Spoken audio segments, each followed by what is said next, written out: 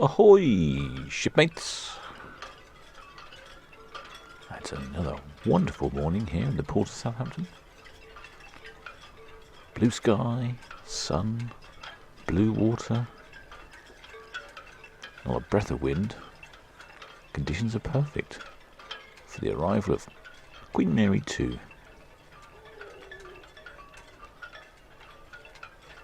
Now, I know this feels like it's getting a touch repetitive, the in out of the same ships. Unfortunately, during the crisis here, during the pandemic, the lockdown, the social isolation, they aren't going anywhere. Now, of course, you're asking the question, if they're not going anywhere, where do they keep going? Well, the Queen Mary II is just returning from the Bay of Weymouth with lots of other cruise ships. Have a quick look at the map. There you go, there's Weymouth. So she goes out into the channel for a bit of a steam around, a bit of a cruise around the Nab anchorage. There's lots of cruise ships just there. Out the Solent into Southampton.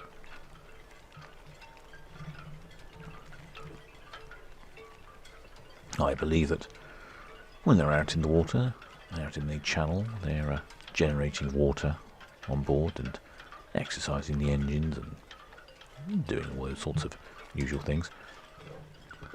Probably disposing of the grey water in the channel. Not the black water. The grey water is from the sinks and showers, and the black water is, well, I'll leave that to your imagination what the black water is. And I'm guessing they come into Southampton and stock up on some produce. Maybe refuel. But the Queen Mary II leaves the Arcadia, the Aurora, the Azora, and the Britannia in Weymouth Bay at the moment. And the Queen Victoria. She's just gone back there. I am trying to take a little trip round to Weymouth and have a look. I think it's quite a car park out in Weymouth Bay. There has been trouble with people trying to paddleboard out to the cruise ships. They don't look that far away, but actually it's a long way to paddleboard to. The Coast Guard's worried about people getting lost at sea. And there are exclusions for drones, of course. It's never easy, but maybe we'll have a look. Oh, the Queen Mary II is coming here into berth 46.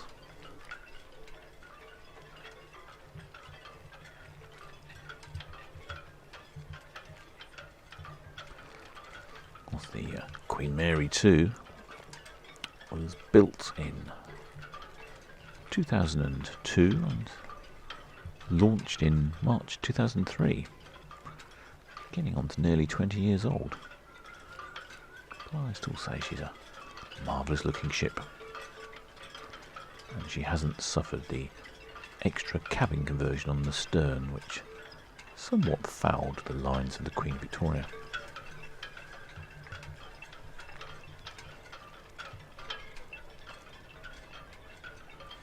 Built in, like I say, in 2003 at an approximate cost of £460 million. Weighing in at 150,000 gross tonnes. Our length is 345 metres.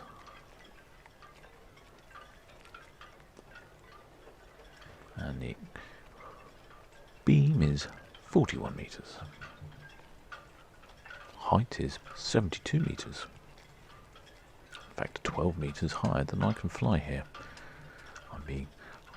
I'm filming here under the flight path, the approach to Southampton Eastleigh Airport. And there are severe restrictions on my flying ability. And in the background there you can see the Silver Spirit. She's been in port for a few days now.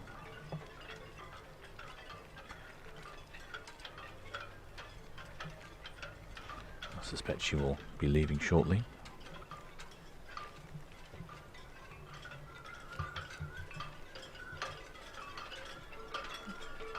There is a total of 18 decks on the Queen Mary 2, and 14 of those are passenger decks.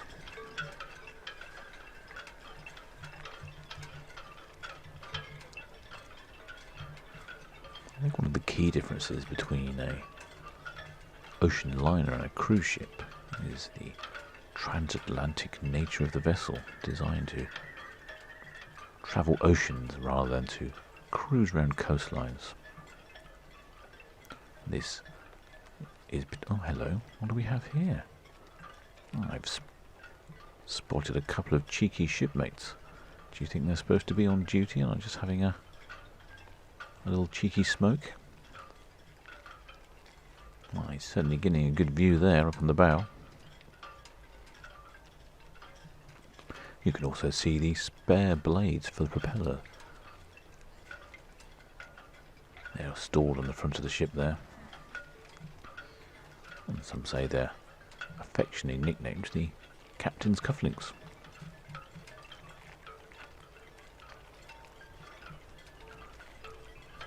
And today the Queen Mary 2 is going in bow first. Yeah. Helpful shipmates said that it is often down to the pilot to recommend which way the ship goes. I knew someone would know. I think she's casting a rather nice shadow in the water here. I think it's time for a picture.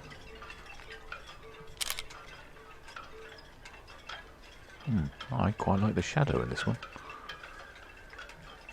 Very striking. Particularly that bow. Very clean. Very evocative of early ocean liners.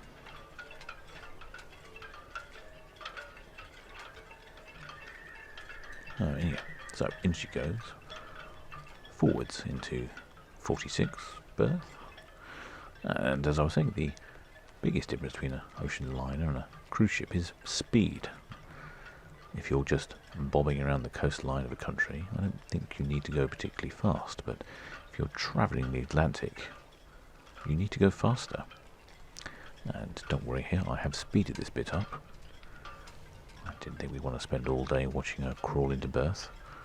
I'll slow down for the exciting bits.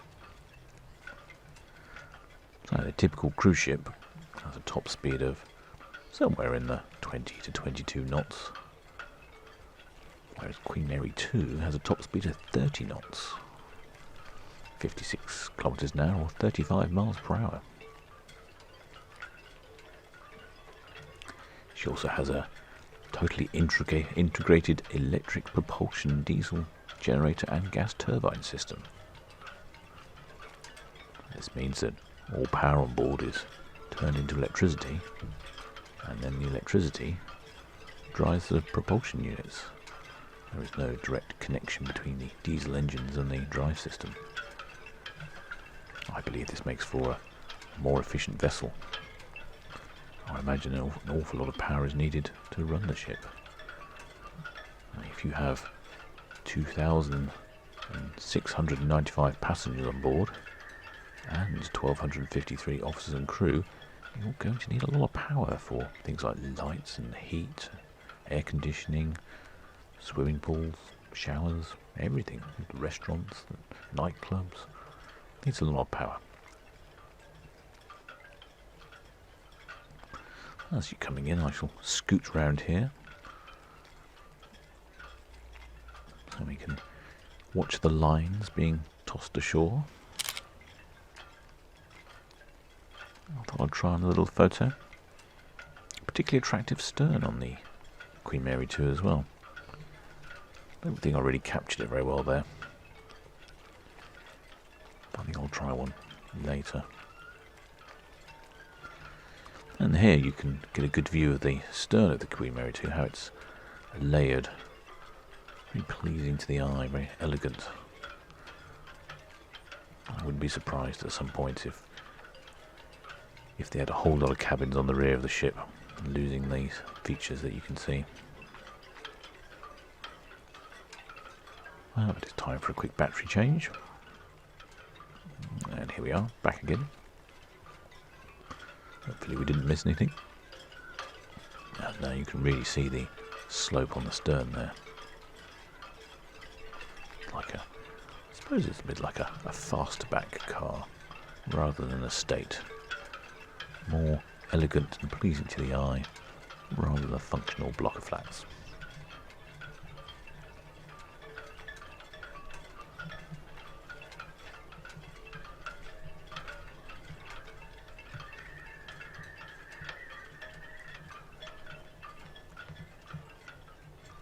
These early mornings do generate some wonderful imagery, but the reflection off the water is quite harsh. I can't always control where I am and where the ship is, even with the drone. Let's come back around here and see what's going on.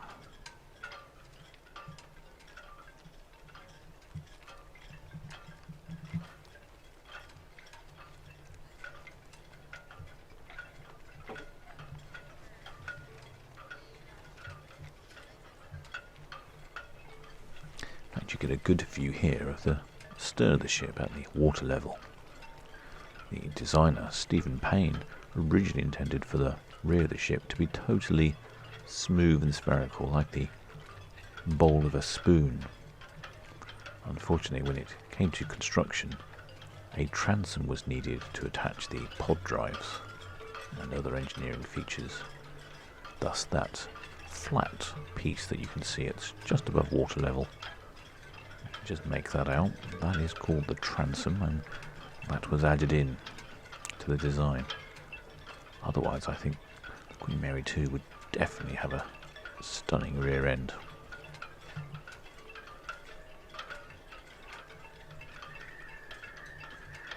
Some of the other cruise ships tend to have rather bulky rears. And the Ventura even has what they call a duck's tail on the back. Or I think, as my father would say, it had a DA.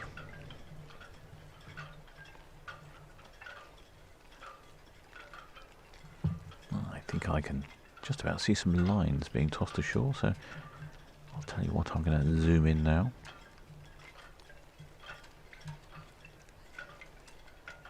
I know how fond some of you shipmates are at watching the docking procedure. It's not always easy, because it does take quite a while, and I only really get about 20 minutes out of a battery per flight, so sometimes I'll go through 3 batteries in the course of one ship docking.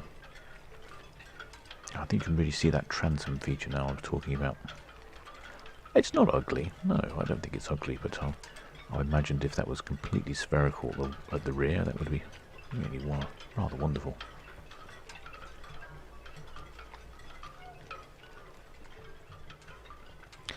The in-house designer, Stephen Payne, intended many of the aspects of the ships to resemble former ocean liners, such as the QE2.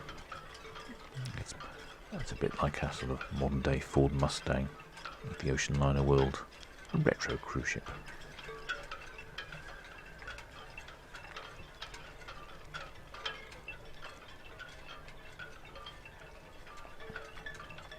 Now, the Queen Mary 2 has 14,000 square metres of exterior deck space, with windscreens to shield passengers in rough seas.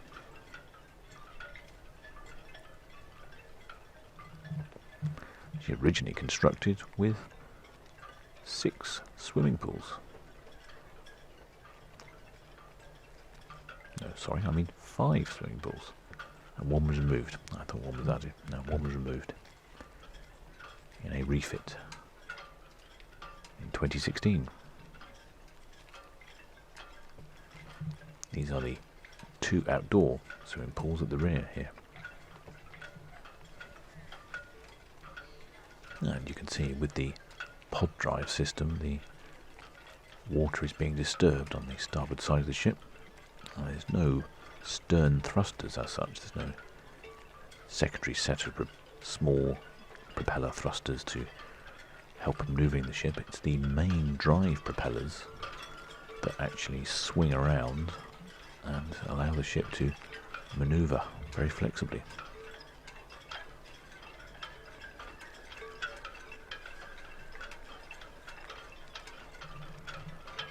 You can see the lines being thrown ashore.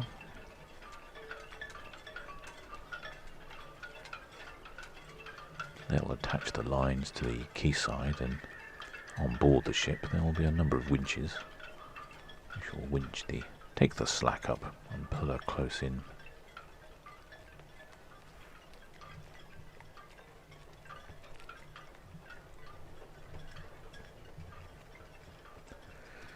In common with the previous Queen Mary, there is a continuous wraparound promenade deck.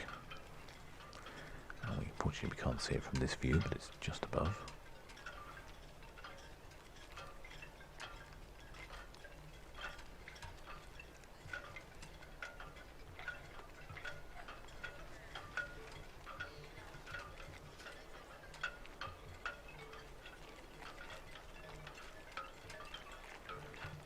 While the design is similar to that of the Queen Elizabeth II, the Queen Mary II's funnel has a slightly different shape, because a taller funnel would have made it impossible for the ship to pass under the Verrazano Narrows Bridge in New York City at high tide.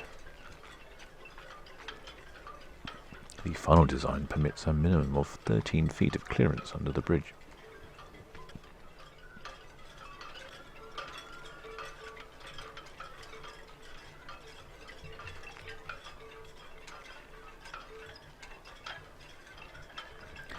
As the Queen Mary II is too large to dock in many ports, passengers are often ferried to and from the ship in tenders. These can also be used as lifeboats. These are stored at sea in davits alongside the lifeboats.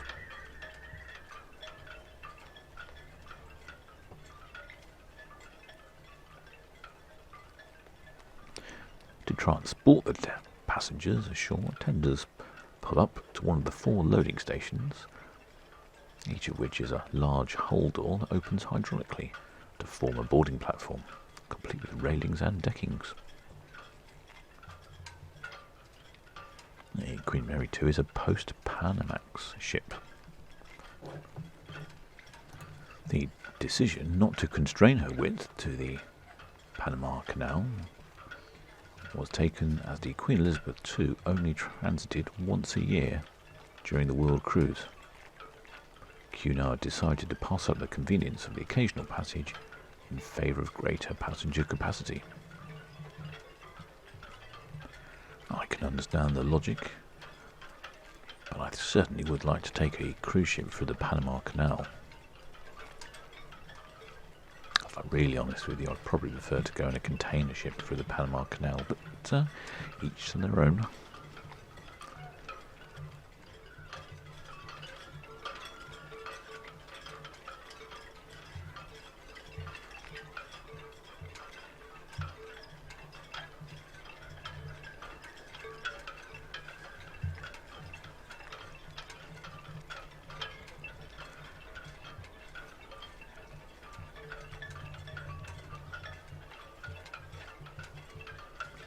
As in the case with many modern passenger ships, many of the major public rooms on board the Queen Mary II are on the lowest public decks of the ship, with the passenger cabins stacked above.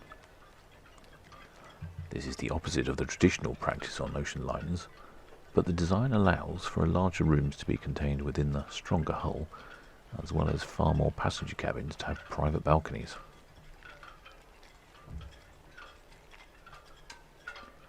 Having the cabins higher up on the ship means they are less affected by larger waves.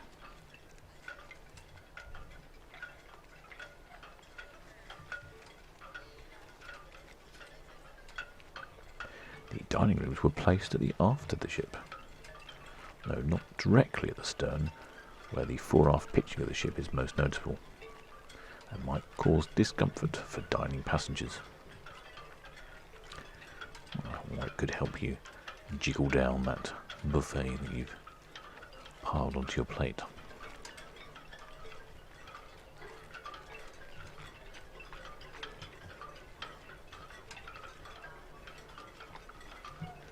Deck 2 is the lowest passenger deck on the ship and contains the Illuminations Theatre, a cinema and a planetarium. The first planetarium at sea. There's also the Royal Court Theatre, the Grand Lobby, the Empire Casino, and the Golden Lion Pub. I think you know where I would be, shipmates. I'll be in there with a little toddy of rum in the Golden Lion Pub.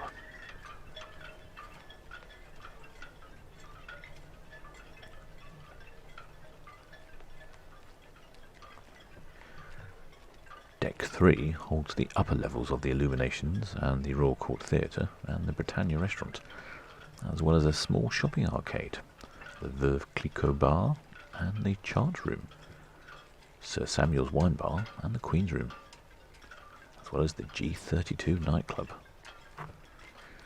I'm going to show my ignorance here, but I don't know why it's called G32. A little challenge for me there to work out why. The other main public deck is Deck 7, where you can find the Canyon Ranch Spa, the Carthenia Lounge, and the King's Court, the King's Grill Lounge, and the Library. It's also the Queen's Grill and the Princess Grill. These are restaurants for higher fare paying passengers.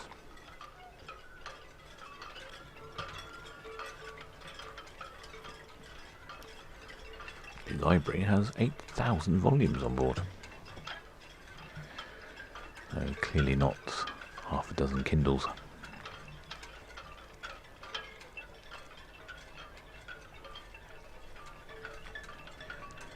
There are kennels located on the aft starboard side of Deck 12. They are available for transatlantic crossings and they can accommodate up to 22 dogs. The kennels will also take cats. You can take your cat on a cruise.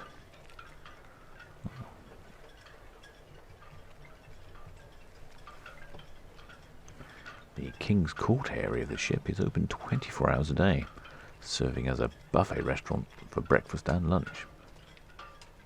The overall space is divided into quarters, and each section decorated accordingly to the theme of the 4 separate alternative dining venues. There is Lotus, which specialises in Asian cuisine, the Carvery, a British-style grill, La Piazza is an Italian food area, and the Chef's Gallery, which offers an interactive experience to food preparation. Sounds to me like a fancy way of saying you cook it yourself.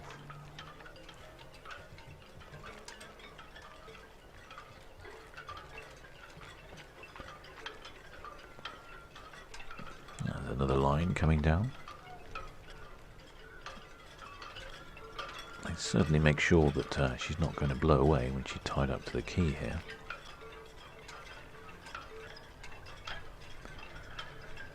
There are more than 5,000 commissioned artworks on the Queen Mary 2 in the public rooms, in the corridors, staterooms and lobbies.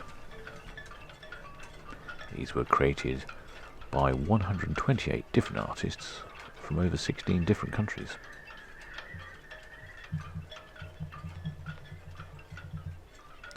Two of the most notable pieces are Barbara Broken's tapestry, an abstract depiction of an ocean liner, bridge and New York skyline which spans the full height of the Britannia restaurant, and British sculptor John McKenna's sheet bronze relief mural in the Grand Lobby, a 7 square metre portrait of the ship fabricated in bronze, inspired by the Art Deco mural in the main dining room of the original Queen Mary.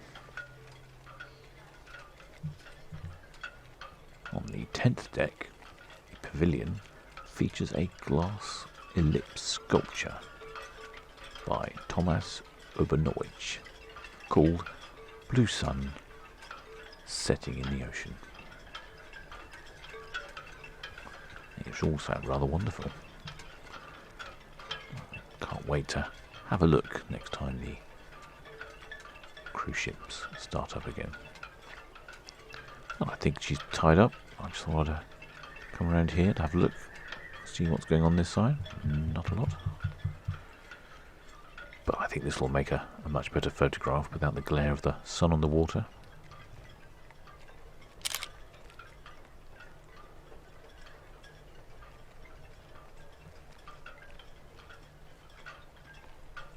Yeah, not too bad.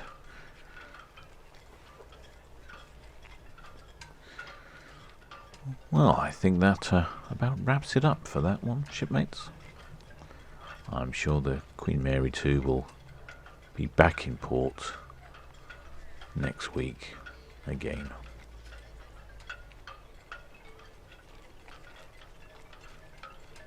Well, until next time, shipmates.